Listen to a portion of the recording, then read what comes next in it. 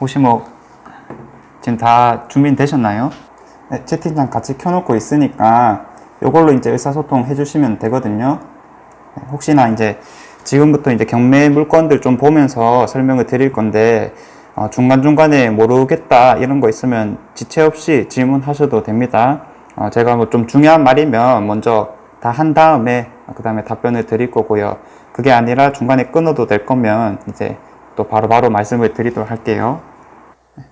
일단 간단하게 경매 물건들 어떻게 이제 바라봐야 되는 것부터 시작을 해서요. 그 다음에 이제 실제로 받아갔던 사례들을 보면 이 사람들은 어떻게 이제 수익 같은 것을 정해놓고 접근했을까 이런 것들도 충분히 알 수가 있거든요. 뭐 흔히 부동산 명언 중에서 경험자의 뒤만 잘 쫓아가더라도 반은 먹고 간다라는 표현이 있다시피 이제 그런 식의 접근을 한번 해볼 겁니다. 자, 감정가가 2억 3,900에서부터 시작을 해서요. 한 번도 안 떨어진 물건인데 딱 한 명이 들어왔네요. 자, 이거 지금 이름이 긴데 공동 명의로 들어온 거거든요. 지금 입찰할 수 있는 사람들은 무주택자들 밖에 없어요. 왜냐하면 1주택자만 하더라도 조정 대상 지역에 걸려 있기 때문에 처분 조건이 아니면 팔 수가 없거든요. 근데 사실 여기를 누가 투자한다고 들어오겠어요.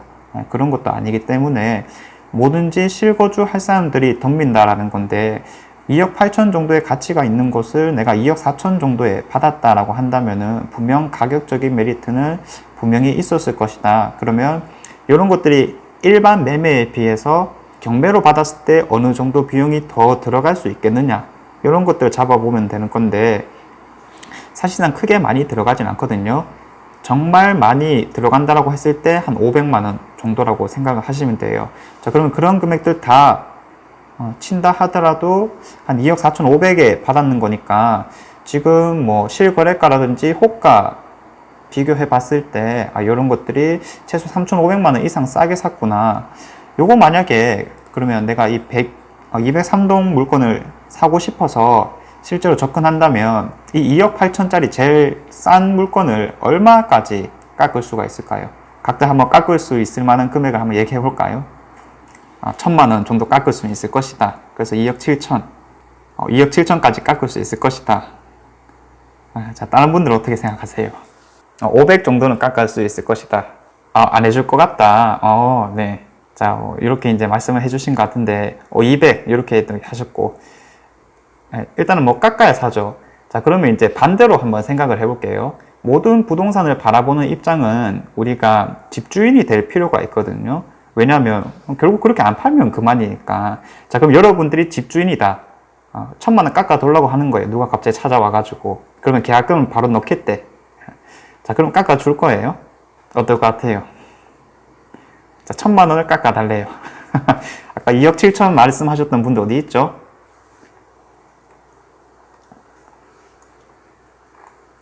아메리카노 님이랑 성공님.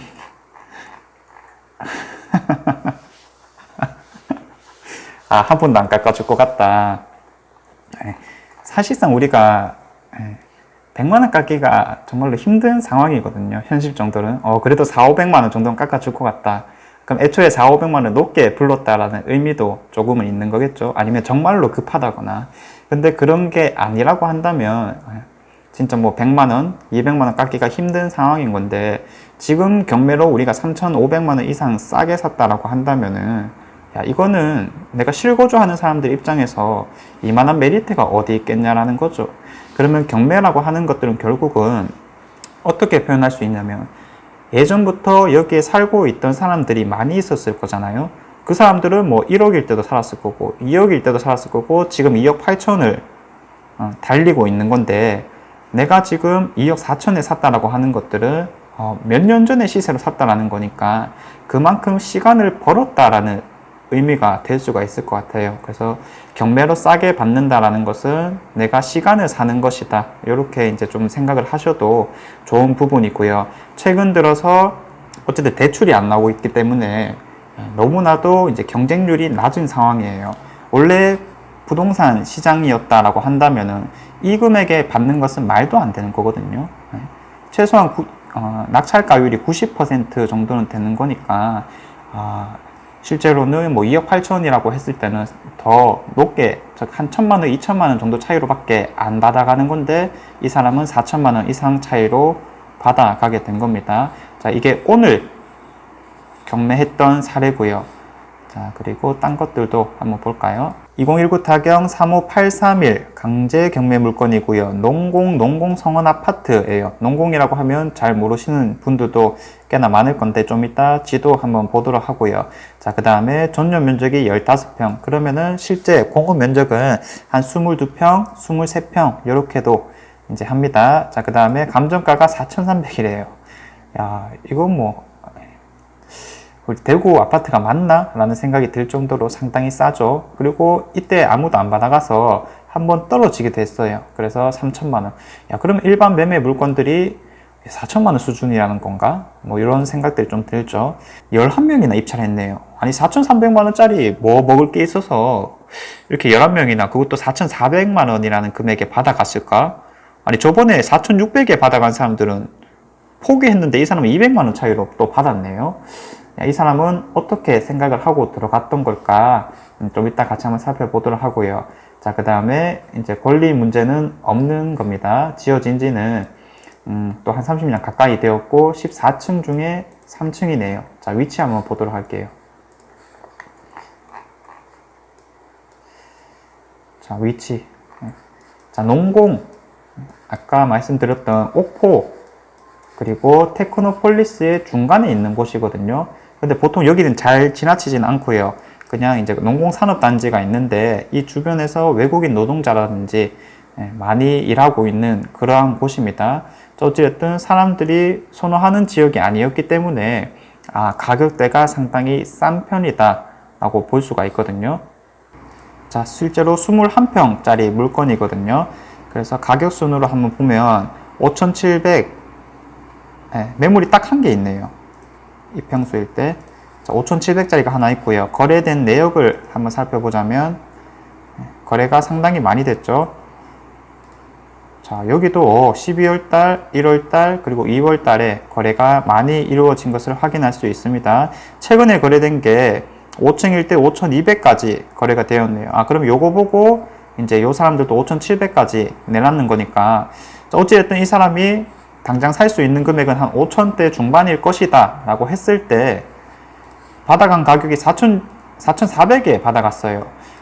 아니 그럼 이 사람 1,000만 원 먹는 건데 4천만 원 넣고 1,000만 원 번다. 어떤 것 같아요? 여러분들이면 할 것 같아요 이거? 안 한다, 한다. 자, 혹시 각각의 이유가 있을까요? 안 한다, 한다라고 했을 때 시세보다 1천만 원 싸니까 한다. 그럼 작은 돈을 먹는다 라는 측면이 있는 거겠죠. 자, 그러면은 1천만 원 근데 먹으면은 사실 세금 나가면 몇백만 원 수준인 건데 이런 것들이 금액 대비 조금 아쉬울 수 있으려나 이런 생각도 좀 들고 투자금 대비 수익률이 적은 것 같다. 그럼 이 사람들은 이 4천만 원을 쓰면서까지 왜 들어갔을까요? 뭐를 보고? 아까 말했던 시세 차익 보고 들어갔으려나? 그렇죠. 월세 수익 보고 들어갔겠죠. 그래서 아파트긴 하지만 우리가 보통 아파트를 할 때는 상가나 빌라보다 이 수익률이라고 하는 게 떨어질 수밖에 없는 건데 이거는 원체 금액이 낮은 거다 보니까 우리가 월세 수익을 조금 바라볼 수도 있는 상황이 만들어지지 않을까. 자, 이런 것들을 한번 따져볼 필요가 있어요. 자, 그래서 월세를 한번 체크해 보면 자, 200에 25 이렇게 이제 두 개 나와 있고요. 실제 실거래가 된 거 보면은 최근 건 없네요. 어쨌든 200에 25 정도가 지금 나와 있으니까 이 정도는 뭐 충분히 가능하겠네 라는 측면이 되는 겁니다. 자, 그럼 수익률 간단하게 한번 계산해 보면 자, 1년 단위로 계산하니까 12달 받는다 쳤을 때 300만 원 1년에 받을 수가 있거든요. 자, 그리고 이거를 내가 4,400만 원에 샀으니까 자, 보증금 받고 나면은 4,200만 원 이렇게 계산하면 7% 정도 수익률이 나오는 물건이에요. 자, 그러면은 요거 이제 내가 한 4천만 원 뭐 경매 진행되는 동안 다 들어가는 돈은 다 치면은 5천만 원이 채 안 되겠죠. 5천만 원 정도 넣어서 한 7% 정도 수익률을 바라볼 수 있다라고 하면 요거는 월세 수익률이 뭐 꽤나 괜찮겠다라고 볼 수가 있겠죠. 자, 그리고 아파트이기 때문에 뭐도 기대해 볼 수 있냐면 시세 상승이라고 하는 것들을 좀 더 기대해 볼 수도 있을 것 같아요. 자, 이 주변으로 해서 자, 똑같은 질문이 될 건데 어떤 호재가 있어요? 이 주변으로 해서. 자, 이거 대답하시는 분은 제 유튜브 잘 제대로 보시는 분들이거든요. 지하철역, 농공역, 또 유튜브 열심히 보시네요. 자, 어떤 게 있냐면 아까 말씀드렸다시피 산업선이라고 하는 게 이 농공에도 지나가요. 그래서 산업선을 다시 노선 한번 살펴보면 여기에 이제 서대구역이 생기는 거고요. 서재 세천역이 신설 확정되었고 계명대역 지나가고 호림역 지나가고 자, 그 다음에 설암연곡역, 옥포, 그 다음에 이제 농공역, 다음이 또 테크노 국가산업단지까지 지나가거든요. 만약에 들어온다면 여기 달성국민운동장역 사거리에 생기지 않을까라고 기대하고 있는 상황이에요. 야, 그러면 가장 역세권, 역세권이라는 표현이 조금 애매할 수는 있는데 가장 역세권 아파트가 어떤 거냐라고 물었을 때는 지금 우리가 보고 있는 농공성원이라는 것이 되겠죠. 자, 그리고 현재 비조정 대상 지역에 있는 거기 때문에 이러한 가치 상승을 꾸준히 할 수 있을 만한가 한번 생각해 볼 필요가 있어요. 떨어질 리는 없다라는 거죠. 여기 생기고 난다면. 자, 그러면은 내가 뭐 두 번째나 세 번째 집으로 투자를 한다라고 했을 때 세 번째 집으로 한다고 하더라도 취득세 같은 경우는 몇 퍼센트 정도 낼까요? 요거는 8%, 12%, 기본세율. 자, 이런 부분들이 좀 헷갈릴 수밖에 없죠. 그렇죠. 자, 비조정 대상 지역일 때 2주택까지는 기본세율인 거고요. 3주택부터 8%, 4주택 이상이 12%를 내게 되는 건데 한 가지 예외 조건이 있다라고 한다면은 공시가격 1억 미만일 때는 항상 취득세 중과 합산해서 배제된다라는 게 있어요. 그래서 이런 것들도 내가 몇 번째 주택을 사든 취득세는 안 들어가게 되겠구나. 이런 것들을 이제 잡을 수가 있겠죠. 그럼 내가 혹시나도 지금 다주택자라고 할 때는 이런 거 내가 어차피 대출 안 끼워도 되는 거니까 대출도 물론 낄 수도 있는 거고 비조정 대상 지역이기 때문에 대출 안 끼고 내가 수익률 7%씩 월마다 가져가면서 시세 상승도 노려볼 수 있다. 자, 그러면은 이거 할만할까요? 어떨 것 같아요? 네, 아마 할만하다. 하러 가야겠다. 할만한 듯. 네. 뭐 주식으로 생각해보면 좀 더 쉬울 수는 있겠죠. 주식 넣었는데, 내가 4천만 원 넣었는데, 매달 20만 원씩 배당이 나오는 거예요. 근데 그 주식이 또 가격도 계속해서 상승을 해. 이렇게 이제 예시를 들으면 보통 많은 분들이 다 한다고 하더라고요. 그래서 이제 실제로 여기에 들어왔는 사람들이, 입찰했는 사람들이 11명 정도가 되는 건데, 야, 이 11명이나 되는 사람들은 1,000만 원 보고 들어온 게 아니었단 말인 거예요. 그럼 결국은. 현재 상황에서 내가 매달 용돈 20만 원씩 받아갈 수 있는 그러한 물건을 찾았다라는 거거든요. 그것도 시세 상승을 꾸준히 할 수 있는 그런 물건들 말인 거죠. 그래서 우리가 작다라고 해서, 금액이 작다라고 해서 무조건 이제 피할 것만 아니라, 특히나 지금 다주택자들이 투자는 전혀 못하고 있는 상황이다라고 좌절하고 절망하고 있을 때가 아니라 이렇게 우리가 투자할 만한 물건들도 충분히 있다. 많이 기본 지식들을 이제 쌓아 놓으면 좋은 거겠죠. 자, 그 다음에 이제 뭐 실제로 어찌됐든 이 경매 시장에서 가장 유리할 수 있는 사람은 무주택자일 수밖에 없거든요. 혹은 이사를 가려고 하는 사람들, 1주택자인데 처분 조건으로 진행하는 사람들이겠죠. 자, 그런 사람들이 이제 어떻게 받아갈 수 있는지 또 한번 살펴보면, 자, 대실역 동아 아이위시라는 곳이에요. 대실역이라고 하는 곳은 여러분들 강정보 다들 한번 가보셨죠? 네, 그 근처거든요. 대실 다사 지역이라고 하는 것인데, 보통 이제 살기 좋은 곳이라고 많이 평하고 있는 곳이에요. 자, 84 타입 25평이니까 국민 평수, 즉 32평, 33평 정도 하는 곳이고요. 3억 2,600에서부터 시작해서 아직 한 번도 안 떨어졌는데 6명이나 들어와서 3억 7,800에 받아갔어요. 자, 이런 것들이 매각기일이 2월 달이니까 야, 조정 대상 지역이 선정되고 나서 지정되고 나서 즉 지금이랑 멀지 않은 시기에 받았다라는 거 알고 있으면 됩니다. 자, 그리고 권리 분석 문제는 없는 거고요. 그 다음에 지어진 지는 한 13년 정도 되었다. 20층 중에 2층 물건이다. 자, 이런 측면이 있고 관리비 미납금이 조금 있네요. 300만 원 정도. 자, 어찌됐든 지도를 통해서 한번 살펴보자면 자, 여기에는 엄청난 강점이 하나 있거든요. 학부모들이 자녀 교육을 위해서 여기 들어오는 경우가 상당히 많이 있어요. 왜 그런 걸까요? 군이니까 뭐요? 네, 맞아요. 농어촌 특별전형. 이게 이제 또 가능한 지역이거든요. 그래서 중학교 때부터 6년 이상 살면은 농어촌 특별전형이 가능한 거였는데, 자, 기존에는 요 대실역 주변으로 해서 이쪽에 상권이 다 형성이 되어 있거든요. 이렇게 이제 핑크색으로 표시된 부분 보이죠? 다 상업지역이라는 거니까 높은 상가 건물들이 있는 곳이어서 이쪽으로 이제 사람들 수요가 많다라고 생각하시면 되는데, 뭐 초등학교나 중학교 그리고 다사고등학교가 이 위쪽에 다 위치했기 때문에 기존에는 이런 위쪽에 있는 아파트들이 조금 선호가 되었었어요. 자, 근데 어쨌든 여기에서 가장 약점이라고 할 수 있는 게 결국 고등학교였거든요. 다사고등학교 하나밖에 없었어요. 이것도 뭐 기숙형 공립고등학교다 보니까 뭐 대구 전 지역에서 사람들 받고 그래가지고 이 지역에 있는 학생들이 많이 못 갔거든요. 그러면 그 학생들은 어디 갔느냐? 여기 강창역 너머에 있는 호산고등학교에 갈 수밖에 없었어요. 자, 근데 최근 들어서 완전히 상황이 바뀐 게 이런 시민중고등학교가 대명동에서부터 이전을 해와서 올해 3월 달에 이제 개교 예정이거든요. 그러면 이 주변에 있는 아파트들은 대실초, 시민중, 시민고등학교 바로 보낼 수가 있고요. 그 다음에 뭐 대실역도 가깝게 이용할 수 있고 우리가 데이트 하러 자주 가는 가족들이랑 이제 자주 가는 강정보도 이쪽에 있어요. 그래서 가장 최근에 지어졌던 2016년에 준공한 한신휴 플러스라는 게 가장 대장급 아파트다라고 생각하면 되는 건데, 어쨌든 기본적인 내용들 말고도 이 주변에 있는 아파트들은 다 선호돼요, 기본적으로. 그래서 전세 물량이 정말로 귀한 곳이다라고 생각하시면 되거든요. 지금 아마도 하나하나 꼼꼼히 다 따져보더라도 매물 한두 개 찾기가 조금 힘든 상황일 거예요.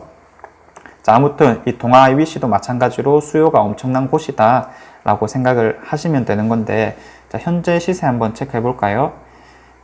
자, 대실역 동아 IBC. 자, 이렇게 보면 107동에 지금 가장 낮은 가격이 3층일 때 4억 4천이고요. 전부 다 3층 물건이네요. 그러면 동일 매물 이 나온 거다라고 생각하면 되겠죠. 자, 그리고 여기 107B니까 실거래가는 어떻게 되어 있는지 보면은 이건 안 뜨네요. 자, 그럼 110 타입 가장 높게 거래된 게 4억 1천까지 거래가 되었어요. 야, 그렇다면 일단 4억 거뜬하게 넘길 수 있는 수준이겠구나. 4억 4천이라고 하는 것도 뭐 영 내놓지 못할 금액은 아니겠구나 라는 측면이 되겠죠. 왜냐면 이것도 조정 대상 지역에 지정되고 나서 팔린 거니까.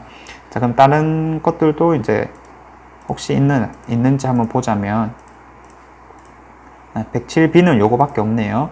자, 그 다음에 이 전체 매물 중에서 가장 싼 게 이 4억 4천만 원 정도네요. 그럼 내가 이거 실거주로 사게 된다면 어찌됐든 일반 매물로 접근한다라고 했을 때 많이 깎으면 1,000만 원일 거니까 4억 3천 정도에 살 수 있다라고 한번 쳐볼게요.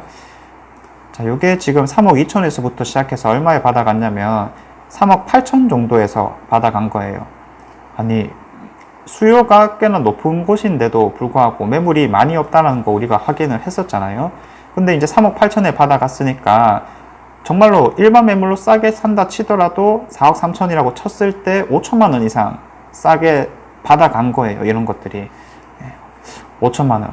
경매니까 당연히 그래야지라고 생각할 수가 있는데, 이게 대구 부동산 가격이 오르기 전까지는 절대로 불가능한 가격이었고요. 이 정도 입지에 이런 아파트라면 정말 500만 원, 1000만 원 싸게 사는 게 가능했을까? 이런 수준이거든요. 정말로 조정 대상 지역이 되어 있기 때문에 이런 것들이 좋은 기회이지 않을까라는 측면이 되는 겁니다. 어찌됐든 무주택자끼리만 싸우면 되는 거예요. 근데 이제 무주택자분들은 혹은 1주택 처분으로 실거주 하시려는 분들은 아무래도 부동산이라거나 경매 쪽으로 경험이 부족할 수밖에 없다 보니까 최근에는 호가가 너무 많이 올랐는데 공급 가인도 된다던데 이건 너무 높은 금액은 못 쓰겠다라고 하는 케이스들이 상당히 많을 수밖에 없겠죠. 정말로 이제 집을 구매하실 생각이 있으시다면 지금만큼 좋은 시기도 없고 이제 이런 것들은 최소한 1년 정도는 더 가지 않을까라고 생각이 드는 부분입니다. 입찰을 안 했는 것도 한번 살펴볼까요? 자, 이거는 진짜 여러분들이 입찰할 수도 있는 거예요. 자, 입찰할 수 있다 생각하고 한번 바라보세요. 자, 2020 타경 30849 달서구 볼리동 성당 레미안 이편한 세상 아파트인 거고요. 84제곱미터 33평짜리네요. 자, 38,400에서부터 시작해서 한 번도 안 떨어진 물건이고, 자, 요런 것들이 이제 권리 문제는 없습니다. 지어진 지는 11년 정도 되었고요. 자, 그리고 다른 문제들은 없습니다. 자, 지도 한번 보도록 할게요. 자, 볼리동이라고 했을 때 추천역에 아주 가깝고, 그리고 최근 오른쪽 위에는 신청사가 들어오는 곳이죠. 자, 근데 여기에 약점이라고 한다면은 교통 측면이 될 수밖에 없을 것 같아요. 신세계 빌리브도 죽전역에 들어오고 있죠. 자, 어찌됐든 사람들이 거주로서 많이 살고 있는 곳이긴 한데 교통적인 측면들 때문에 조금 애매하다라고 하는 케이스들이 많이 있었어요. 자, 어찌되었든 이런 것들 우리가 경매를 하는 목적은 딱 한 개거든요. 현재 가치보다 싸게 사는 거예요. 여기에 형성된 가격이 분명히 있을 거니까 내가 혹시라도 실거주를 할 사람들이라면 싸게 받을 수 있는 기회가 되지 않을까, 이렇게 생각이 들 수도 있겠죠. 자, 그러면은 이제 위치까지 확인을 했고, 자, 시세를 한번 보도록 할게요. 성당 레미안 이편한 세상. 자, 나와 있는 매물이 여기에는 현재 없고요. 자, 그 다음에 백이동 말고 전체로 한번 볼게요. 자, 매매가 같은 평수일 때 제일 싼 게 5억 2천이고요. 그 다음에 5억 5천, 5억 5천, 5억 5천, 5억 5천, 5억 5천 정도 수준에서 싸게 나오고 있네요. 자, 그러면은 실거래가 한번 살펴볼게요. 자, 조정 대상 지역이 지정되기 전까지 5억 정도에서 팔렸고요. 그리고 요거는 거래가 안 되었고,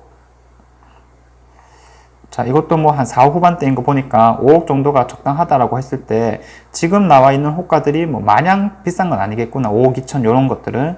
근데 5억 5천짜리는 좀 호가들이 높은 상황이다.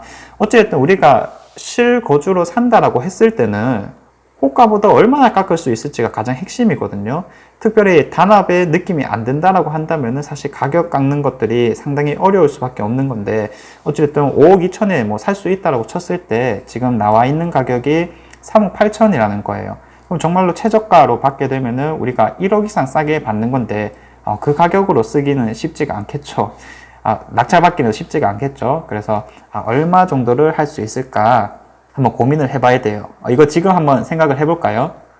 자, 얼마 정도 쓰시겠어요? 자, 5억 2천이 적정한 금액이라고 했을 때. 자, 다른 분들도 한번 말해볼까요? 4억 5천, 4억 7천, 4억 5천, 4억 7천 5백. 서로 이제 경쟁자가 되고 있죠. 자, 4억 8천. 네. 자, 4억 6천. 네. 지금 이제 제일 높은 분이 4억 8천이네요. 더 높게 쓰실 분 없나요? 5억 2천이 지금 호가 중에 제일 싼 거예요. 5억 5천짜리인데 그 다음이 4억 9천, 4억 9천. 다 이제 1,000만원씩 떠올리네요. 4억 9천. 자, 그래서 이제 이런 과정들이 사실 중요하다라는 건데, 자, 이런 과정 속에서 우리 머릿속에 은연히 드는 생각이 뭐냐면, 낙찰 받으려면 얼마 써야 될까? 자, 이렇게 이제 자연스럽게 회로가 바뀔 수밖에 없거든요. 즉, 처음에는 얼마를 벌 수 있을까로 접근을 했는데, 이제는 낙찰을 받으려면 얼마를 써야 될까라는 거예요. 자, 그렇게 해서 다른 사람들이 얼마 쓸 것 같다라는 게 조금씩 보이기 시작하면은, 낙찰가라고 하는 것들은 갈수록 올라갈 수밖에 없거든요.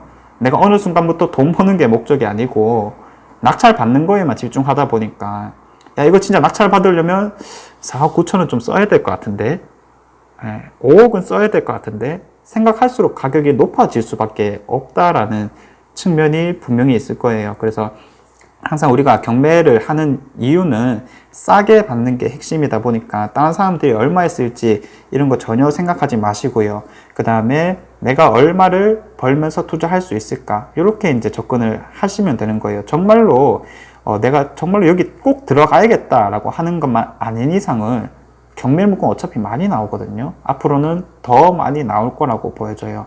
그래서 한 물건에 너무 이제 올인을 한다라기보다는 야, 이거 내가 쓸 수 있는 금액 최대한이다. 대신에 내가 100원 차이로 떨어진다 하더라도 더 이상의 미래는 없다. 왜냐면 나는 이거 내 한계였으니까. 자, 이렇게 하면 이제 내가 좀 미련을 버릴 수가 있다는 거예요. 대신에 내가 너무 낮게만 잡게 되면 100만 원 차이로 떨어진 거예요. 1억 벌 수 있는 기회였는데 상당히 아쉬울 수밖에 없겠죠. 그래서 내가 쓸 수 있는 금액은 최대한으로 쓰되 항상 돈 가격 차이를 스스로 잘 명심하고 있어야 된다. 싸게 받는 것이 핵심이다 라고 하는 거였어요. 그래서 이런 것들도 얼마에 받아갈지 한번 이제 스스로 생각해 보는 좋은 시간이었던 것 같고요. 나라면 얼마? 나라면 얼마? 자, 나는 얼마에 쓰지? 자, 일단 저는 보자. 4억 한 7, 8천 정도? 이게 또 질문하는 입장에서 대답하는 입장이 되니까 상당히 난감하네요. 이거 참 뽀록 나는데 안 되는데 이거. 네, 저는 뭐 4억 이미 폐찰했다고.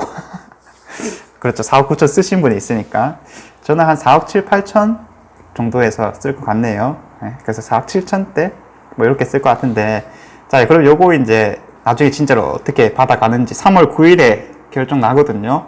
네, 그때 한번 지켜보면 좋을 것 같고, 네, 시간 있으신 분들은 미리 이제 서부 지원 가서 어떻게 낙찰되는지도 한번 봐보면 또 좋은 경험이 될 거예요.